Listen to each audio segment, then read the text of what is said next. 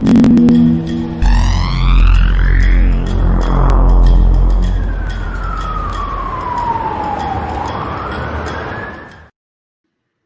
hello. Good morning. How are you? Todd Bavona, Gotham Trinity Productions. How are you? How's everything going, guys? Welcome to the Tuesday, July 14th edition of SIEDC Live. We've been going, this is March 72.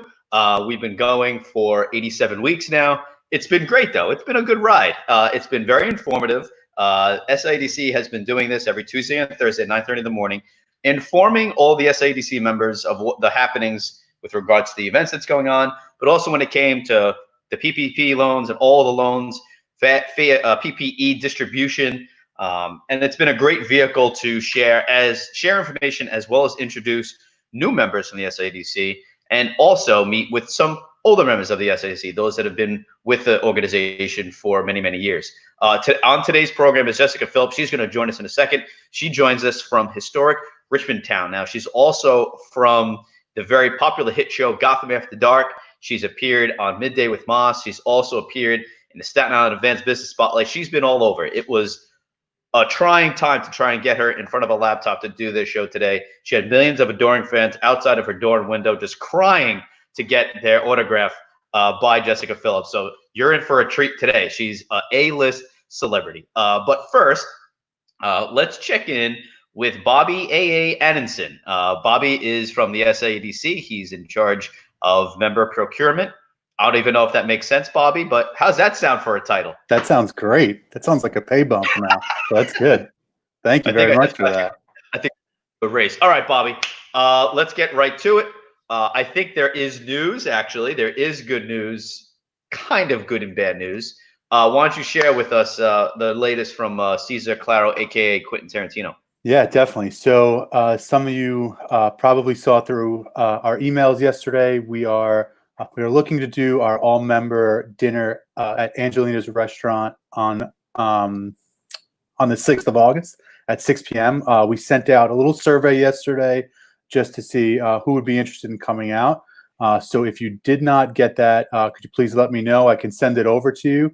And if you are interested in coming, that'd be great. We'd obviously love to see as many people as the city will allow us to have there at Angelina. So yeah, I mean, excited to be able to hopefully get together in person and not continue to do these Zooms and things like that. I think everybody has a little Zoom fatigue at the moment.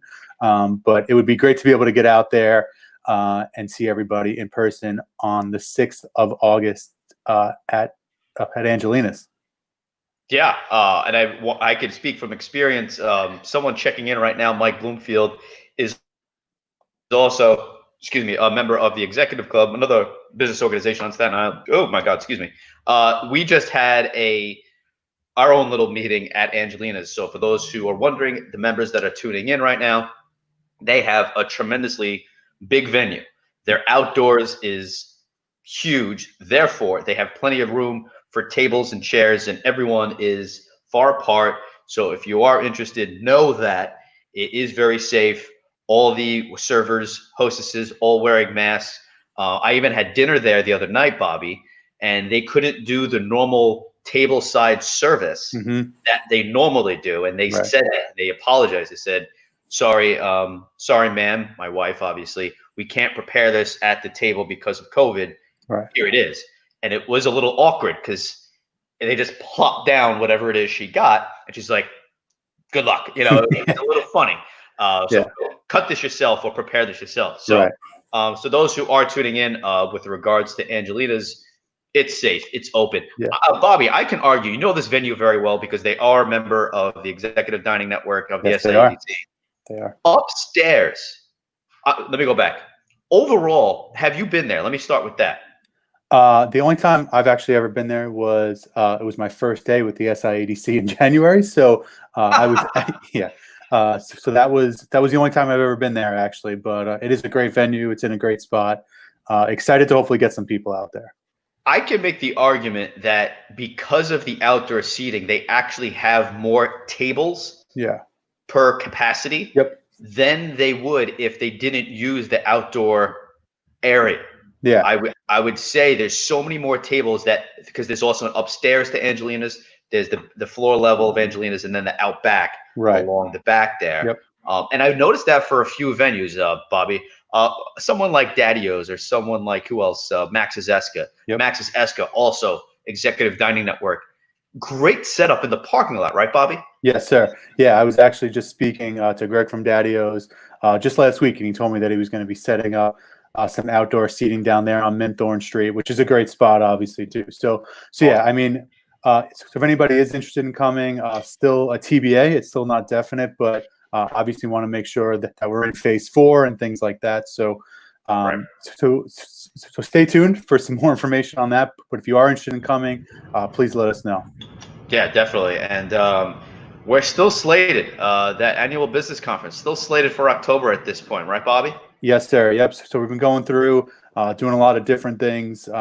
We should be having some more information soon on that, about what the schedule is going to look like and things like that. So again, if you can stay tuned for that as well, that'd be great. Yeah. But if anybody does have any questions about the business conference, or really anything else coming up, please feel free to reach out to myself or to Jacqueline as well.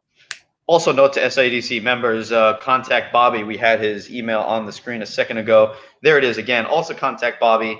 SIEDC has been hosting a lot of webinars, of which I actually took part.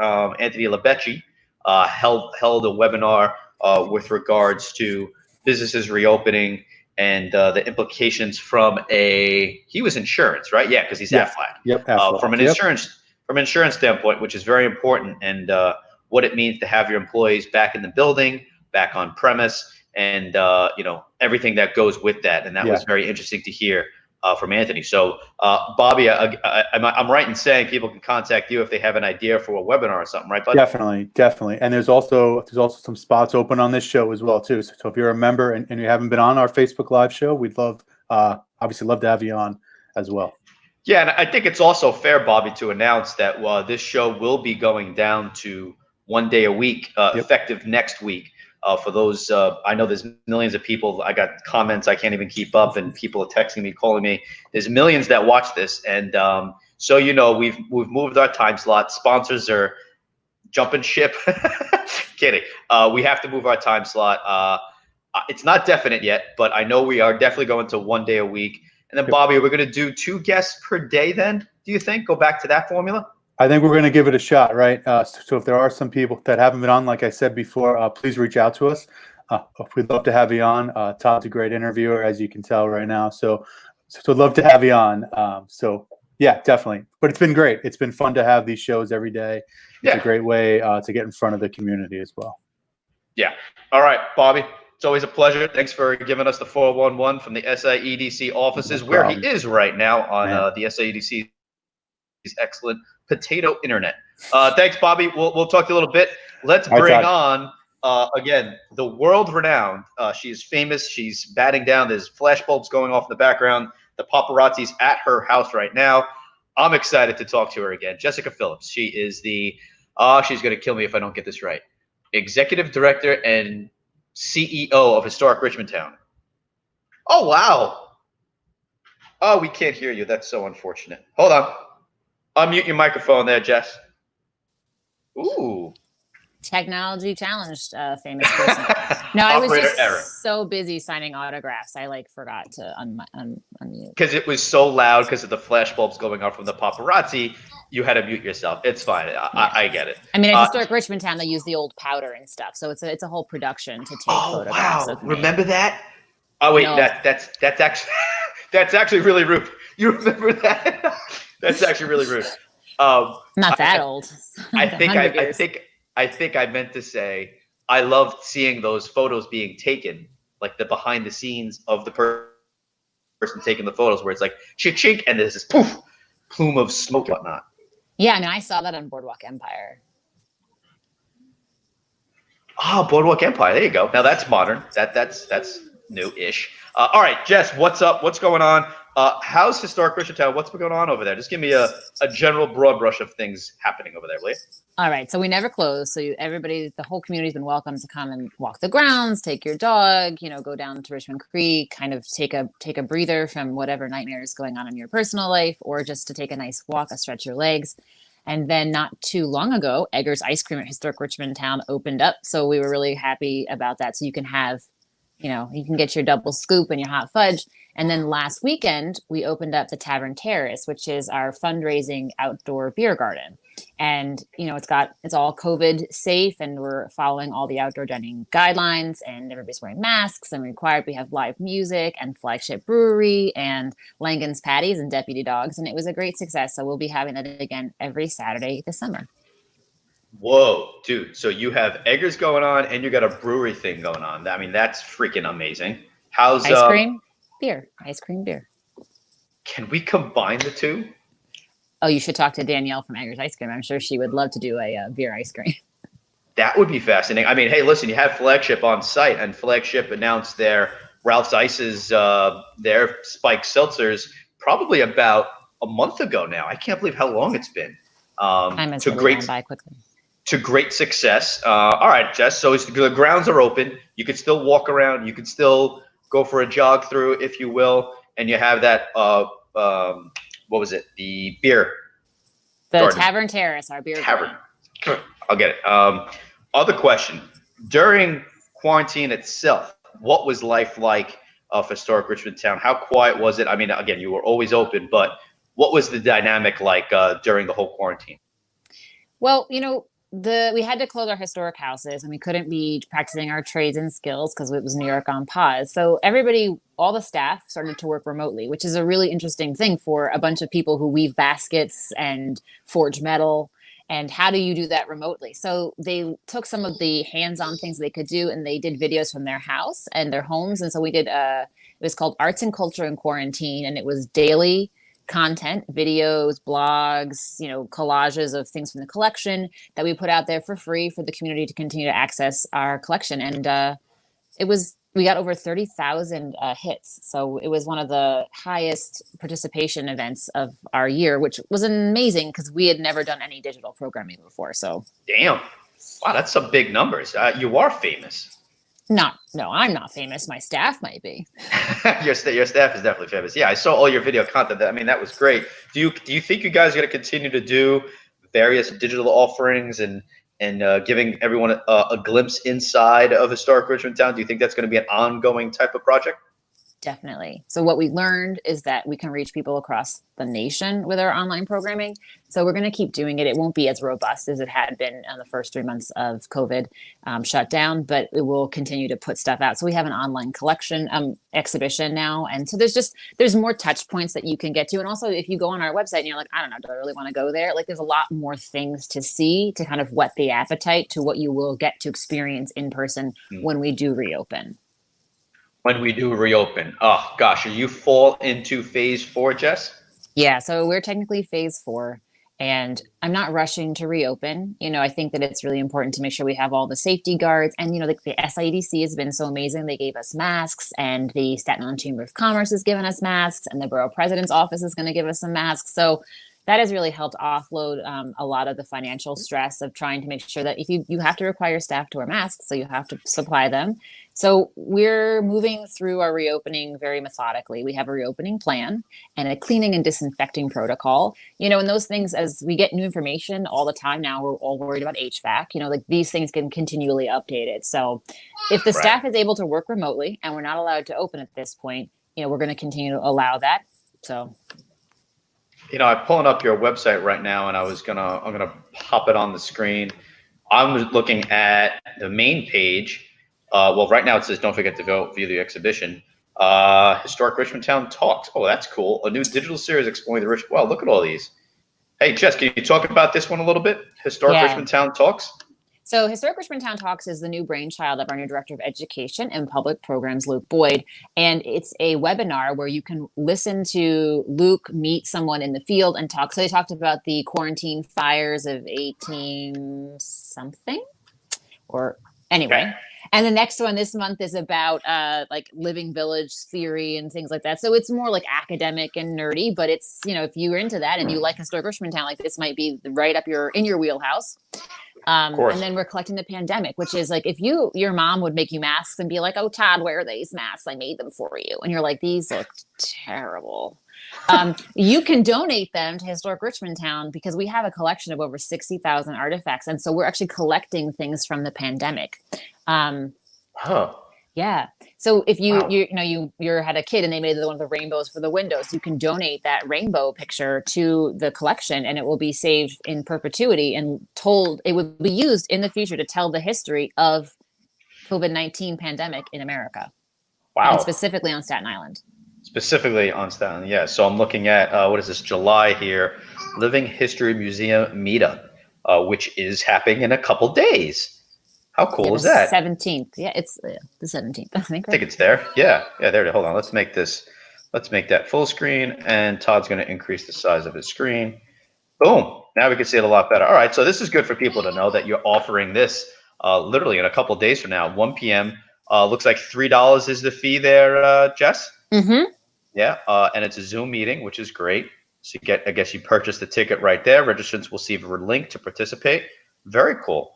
So again, I mean, listen, we've been doing this program, like I said, for the past 37 months, it feels like now. And everyone's trying to adjust and do something different. And this is what you're offering. What do you anticipate for the fall? Again, we don't know what's going to happen. We have no idea when Facebook is going to happen. We don't know when you'll be able to have gatherings on the grounds again or whatnot. Do you continue to offer things in this virtual world? What else can you provide for the community moving forward? So we're going to plan to do our fall programming as usual, until we know we can't. So we do our pumpkin picking at Decker Farm, which is every weekend in October. We have Halloween in Historic Richmondtown, and we have Christmas in Historic Richmondtown. So those are our three big things that happen in the fall and the early winter.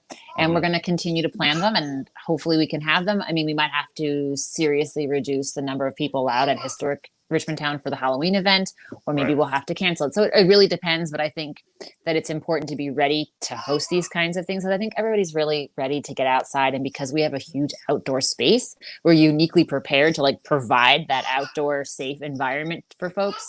We don't have to worry about HVAC. Sorry, that's my little baby in the background. I totally get it. I mean, we love when the babies come on the show. And listen, she is more than welcome to come on the show, by the way. And that's Maggie in the background for those of you watching at home. Speaking of being a perfect venue to host big events, I was looking forward to one of the first big events that I was going to go to in 2020 was the Richmond County Fair. I thought, Jess, I really thought this will be perfect. Because you guys were socially distant anyway. Your tables were 8 feet apart or more. Some people, all right, when you first walked in the main gate, this is me walking in. Okay. Mm-hmm. When you walked in, to the left, there was that abandoned shell of a building, and there was a DJ way in the back. That guy had his own outdoor building. That was the definition of socially distant. It was like, hello, and he's pumping beats and whatnot from 5 miles away. And every single table subsequent to that was way far apart. So, Jess, I say unto you, how tough was that decision? And how much thought and, well, we could do this, but we can't do that. What was that conversation like with you and your colleagues, your staff, your board of directors, or whoever makes that decision? What was that like, Jess? Oh, wow. It was heartbreaking.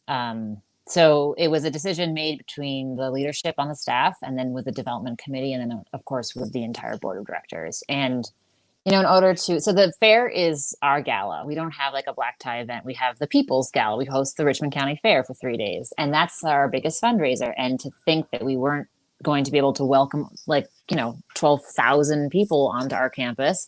And we also weren't going to be able to have our biggest fundraiser, which a lot of nonprofits are facing, was just devastating.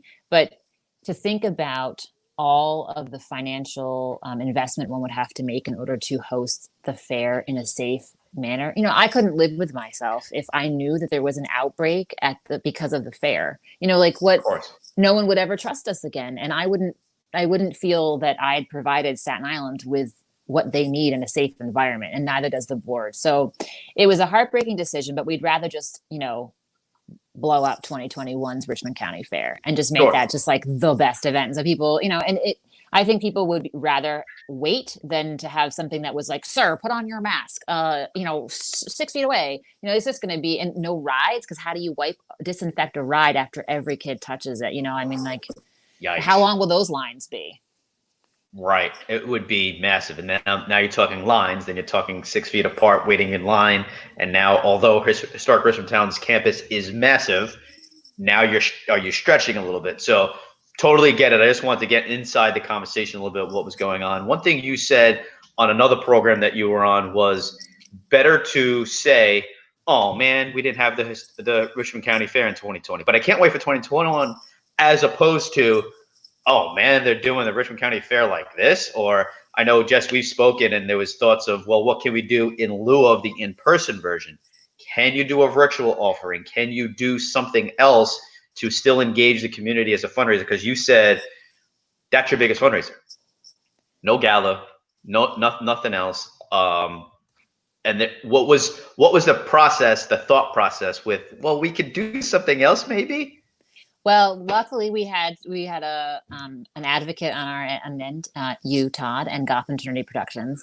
So we reached out to you and our director of external affairs. We kind of brainstormed, like, what would you need to do to make a virtual fair worth it and interesting? Because for me, a fair is cotton candy. It's, Zeppelis, it's rides, it's watching performances at 3 or 4 different stages. So how do you do that? Well, okay, you can't have Zeppelis, you can't have rides, you can't have sausages and peppers. So we can do live performances. So you were able to give us like this list of like all these things that you would do in order to make a successful virtual fair. And we looked at other fairs across the country that had gone virtual. Oh. And it just didn't seem to be the same. It didn't have the same feel. And, Staten Islanders are smart consumers, like we're not going to try and sell you some snake oil and be like, it's for the best. You'll have a great time at this virtual fair. So. I'm curious. I didn't know that you were looking at fairs across the country. What was the basic research like, Jess? What did you find they were trying to do? So we looked at fairs that were hosted in or near a metropolis like us, because fairs that are hosted in the middle of cornfields, like I don't know what their attendance rate isn't the same as ours, and we were also, at the time when we canceled, we were in the middle of the COVID epicenter of the country. So we tried to, I'm willing to compare apples to apples, and a lot of the ones that did go virtual, what it really was the contest, the photograph contests and the crafts contests, and then the vendors who sold things. So it was the contest online, and then basically a virtual marketplace where all the vendors had like hyperlinks on on the fair's website. And that was doable, but is that really the Richmond County Fair? Like, is that people be like, oh yeah, I went to the Richmond County Fair in 2020? No, you didn't. You were in your home in your boxers and tank top and having a Zeppeli that you got from the deli down the block or something. It wasn't the actual, in front of you, digging into a flagship brewery, having yourself a burger from Peter Botros, and then, going to that ride with your kiddies, and then going into, where the hell did I go? Listening to the music. Oh, God, the live music was so cool. Did you guys have 2 stages? Didn't you have 2 stages? We had 3. So we had the band, the please, Todd, and we had 4, I think, actually. We had the empty, we had 25. We had the empty Carriage Factory, which is a DJ you were talking about. We had Maker Park Radio at the Terrace, and then we had let's see here, what else? Oh gosh, we had the Pro Show, the main stage, where we had all of our like main gigs, and then we have the New York City Park stage where we have all the contests. Okay, yeah. Shout out to Maker Park Radio, by the way. They're pretty awesome. They've been thriving through all this, because, especially during quarantine, because, well, we're home. We couldn't go anywhere. But providing some entertainment from the safety of their homes themselves or at the office was Maker Park Radio. So what a good little spot for them. What was that place called that I referenced, that empty, abandoned area where the DJ was? That's called the Carriage Factory. So the Schwieberts were, they lived in the house next door, and they made carriages. And so if you had the money, you could, and a horse or 2, you could have a carriage. And so that's how you got around on Staten Island. Imagine that kind of traffic. Oh man, you think traffic's bad now on Staten Island? Jeez. Imagine the horse in front of you. Yeah, that'd be a bad. Yes, I just did a horse noise. That would be a bad Highland Boulevard. West Shore Expressway would be horse to horse, bumper to bumper. That's terrible. Wait, Todd, I have big news, Todd.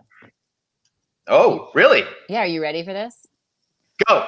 Brace yourself, Todd. You might want to sit down. So guess what? My family and I are moving to Staten Island. Yay! That's exciting. When is that happening? Next month. Oh my goodness. What town did you choose? Richmondtown. Really? Yeah. No way. Oh, that's so cool. That's exciting. That is great news. Yes. I had no idea. That is breaking news. That is really cool. What a way to end this program, actually. That's neat. Wow. Yeah. So, all right. Well, let's talk about it. What was the process like during all this mess? Richmond Town, why? And then did you look anywhere else? So why Richmondtown? Well, because I love it there and I work there, and I've like grown really fond of the community, and like I will be just steps away from Mark's Bake Shop, and so we didn't look anywhere else. We didn't look anywhere else, not because we didn't want to, but because I'm actually going to move into one of the historic houses on the property, and we are going to restore it. No way. Mm-hmm. That's very cool. Which property are you moving into? If you could give us a frame of reference, or we can, I'd love to look it up actually. Todd, my fans are going to come knocking on my door. Like I really can't tell you which one. True. That's true. That's fair. Well, there aren't many of them with electricity and indoor plumbing. So we were like, well, I don't want to use I love history. I really do, but I'm not going to use an outhouse. Just not going to happen. No. I have a 1.5-year-old. Like, go out to the outdoor potty. She wow, that would be challenging. Yeah, like find the hole or dig yourself your own hole. Look out for the spiders. No, we're actually going to move into the Schwiebert house, which is the one we were just talking about, and that was actually the founder, Loring McMillan. His son lived in that house, and he was the leader of the restoration department. So we're very excited to be on campus 24 hours a day, just to help, keep the presence and. Well, so very I'm cool. excited. Ultra committed. Love it. Love it. You are committed to the cause, which is very cool. And when you're talking about renovating this, with less than a minute to go, what's going to be involved? Like not how much, don't give me a dollar amount, whatever it is. But are we doing plumbing? Are we doing heating? Is it a complete gut job? Is it roof, windows? No. So when you restore a house, you don't want to gut it. So it was built in the early 20th century, and then it had a huge renovation in 1946, I believe. So we're going to be restoring it to its Victorian and 1946 combo pack. So we won't be putting marble countertops. You won't walk in and be like, oh, this was a gut job. We're going to return it to its original states and, give it some TLC. I love it. Jess, congratulations. Thank you. I'm very excited. That's very exciting. So next month, let me know if you need help moving. I know a great guy, Bobby. He works at the SIEDC. He'd be more than happy to help you out when it comes to moving. I also think Cesar Claro's available. So hang on a second. Let me check his calendar. Yep, he's available that day for moving, so he'd be happy to help you move, and I know Bobby will be able to help you as well. Hold on, let's bring Bobby back on. He's shaking his head. Wait, Bobby, you're not available? Oh, yeah. Oh, no, definitely. I'm definitely good to go like that. Definitely. Good. Sure. Okay, well, I already talked to Caesar, actually. Oh, good. He's so I can get the day off? Perfect. That works. Yeah, and he gets the first dibs on the outdoor privy, so I'm sorry, Bobby. That's okay. It's fine. It's fine. He's more important than me. It's fine. Arguably. Okay, great. It's 10 o'clock. We've exceeded our time. Bobby, always a pleasure. Jess, so good to see you. And congratulations. It's very exciting. And I'm glad you guys are doing virtual offerings and whatnot. You guys are still trucking along. I think it's great. I love your content on Instagram. I think it's really cool. And what a great way to capture what Historic Richmondtown is all about and still staying out there, staying relevant. I love it, Jess. So good to talk to you. I'll talk to you right after we end the show, all right? Okay, thank you so much for having me. Thank you so much. Bye, Bobby. All right, Jess. Later, Jess. All right, later, Bobby. I'll see you later. All right, everyone, that was so cool. We love Jessica Phillips at Historic Richmondtown doing a heck of a job during some crazy times. And Bobby as well, to be fair, both joining on to their respective organizations at such an interesting time.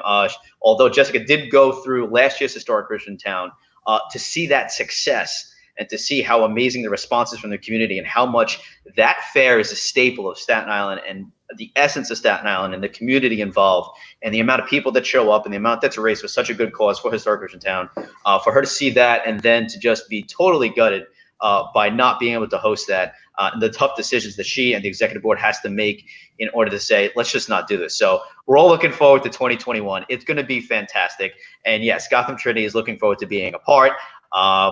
Maybe a live broadcast is in tune on how in-house, and maybe if you can't make it, maybe we'll be able to broadcast it there. So we'll see. That's for next year, though. Right now, though, check them out on Historic Richmondtown on their website and their social media channels. Thanks so much to Bobby again, who working through some unprecedented times over at the SIEDC, sharing some great information, getting new members to come on board, and showing the value of being a part of the SIEDC. As Jessica said, whether it's providing great sound advice from a financial standpoint, insurance, loans, or even PPE, protective equipment for their staff. Because remember, if you are a business owner, you do have to provide your staff with the proper PPE, especially if you're requiring that of your patrons, of your guests, right? So again, a shout out to the SIEDC, and thank you so much for tuning in, whether you're tuning in now live or watching the rebroadcast on YouTube. Really appreciate it. Again, my name is Todd Bavona for Gotham Trinity Productions, the digital media ambassador for the SIEDC. Thanks so much for tuning in, and we will see you Thursday morning, the 16th. All right, take care. We'll see you next time.